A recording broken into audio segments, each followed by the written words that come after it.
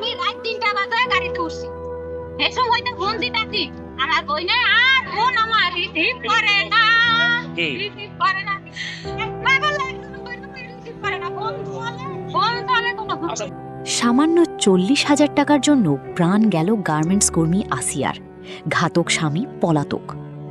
নিজস্ব প্রতিবেদক, ঢাকা। রাজধানীর মিরপুরে মাত্র 40,000 টাকার পারিবারিক কলহের জেরে আসিয়া বেগম 32 নামের এক গার্মেন্টস কর্মীকে শ্বাসরোধ ও বালিশ চাপা দিয়ে হত্যার অভিযোগ উঠেছে তার স্বামীর বিরুদ্ধে। নির্মম এই হত্যাকাণ্ডটি ঘটেছে মিরপুর 11 নম্বর সেকশনের বি ব্লকের 3 নম্বর রোডের একটি বাড়ির 2য় তলার ভাড়া বাসায়। ঘটনার পর থেকে অভিযুক্ত স্বামী ইসমাইল চৌকিদার পলাতক রয়েছে। স্থানীয় ও প্রত্যক্ষদর্শী সূত্রে জানা গেছে, নিহত আসিয়া বেগম ও তার স্বামী ইসমাইল চৌকিদার মিরপুরের ওই বাসায় একটি কক্ষ ভাড়া নিয়ে বসবাস করতেন।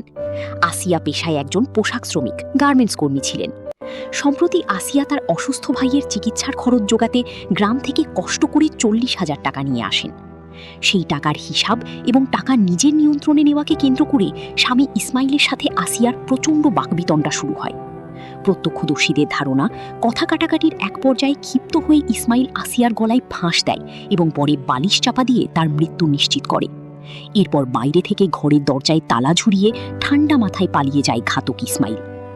নিহত আসিয়ার বোন 12 মাস টিভির প্রতিনিধিকে ক্ষোভ ও কান্না জড়িত কণ্ঠে জানান, এই জায়গা তো আমার ছেলেরা রিটার্ন দিয়ে দিছে। এই জায়গা মনে করেন কাজ চলে না, সুস্থ হয় না আমার রোগী। আমার বোনে বলছে আমারে তোরলে ঢাকা যাব মেডিকেল। আপনার বোন কে? আমার বোন আসিয়া। ওনার বয়স কত? বর্তমানে নাই গো। আচ্ছা, উনি দেশের বাড়ি কোথায়? আসিয়া দেশের বাড়ি বরিশাল। এবার বলেন কি ঘটনা ঘটেছে? এবার মনে করেন আমার ছেলেরে লয়া বরিশাল তো নাই বলতে কইছে। তা আমি সারে করে কইছে স্যার আপনারা তো আমার ভিতরে আছে। এ কয়দিন ধরে এই কাজ করছেন, কোন ছেলে তো ভালো হয় না।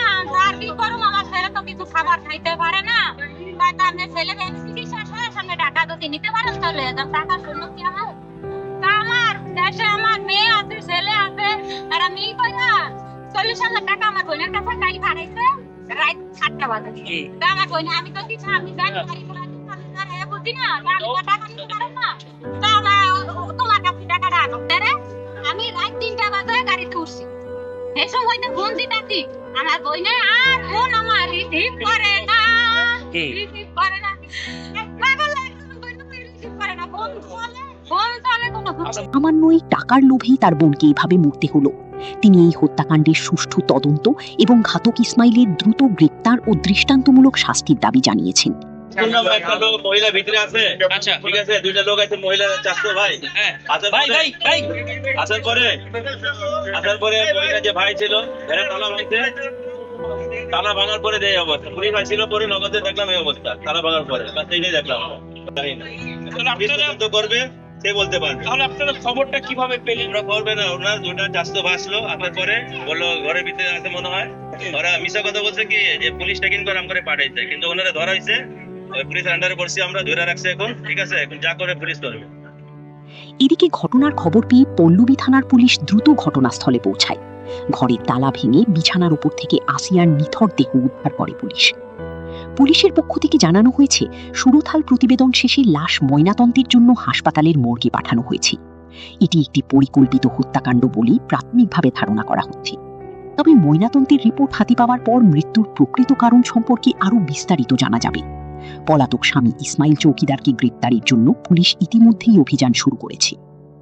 সবচেয়ে আগে সর্বশেষ খবরের জন্য চোখ রাখুন 12 মাস টিভির পর্দায়।